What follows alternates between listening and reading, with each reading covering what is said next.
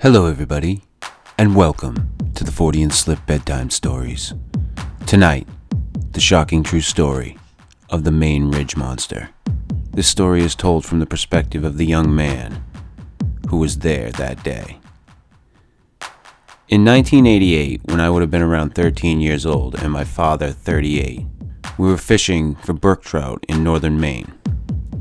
It was a beautiful early summer day and the fish were biting. This particular area of the Maine woods is extremely thick and dark.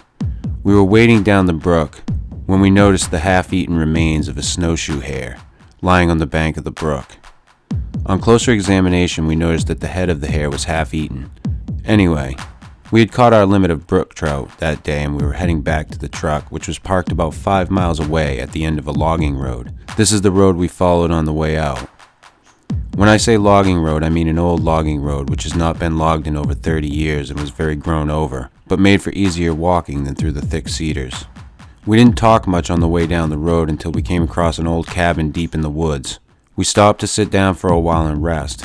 We noticed a logbook on the table, and we read it, and throughout the book were the entries about the owners of the cabin seeing the ridge monster, as they called it, and they gave details about the creature.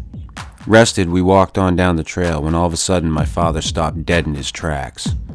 I figured he was taking another break, so I stopped and examined some flowers on the ground. When I looked at my father, I saw a face on him I had never seen before and hoped to never see again. He was looking toward a small opening in the forest for perhaps 15 to 20 seconds. I became concerned and asked him what he was looking at, since female moose have their young this time of year and are usually very protective. We had seen plenty that day when he suddenly grabbed me and told me to hurry. My father was very uneasy. We made the 5-mile trip out and back to the truck in record time. I still had no idea why my father was in a hurry. It was hard for me to keep up with him since I was so small, and he is a man over 6 feet tall.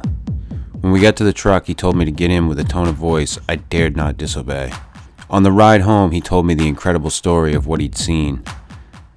At the time we rounded a small corner in the trail, my father had caught movement out of the corner of his eye. When he looked up, he saw what could have only been and was a Bigfoot, the Maine Ridge Monster. My father described the creature as being at least 8 feet tall and estimates it weighing over 500 pounds. The creature had one long arm grasping a tree and 1 foot up on an incline in the forest floor and remained there staring at my father and I for about 15 to 20 seconds.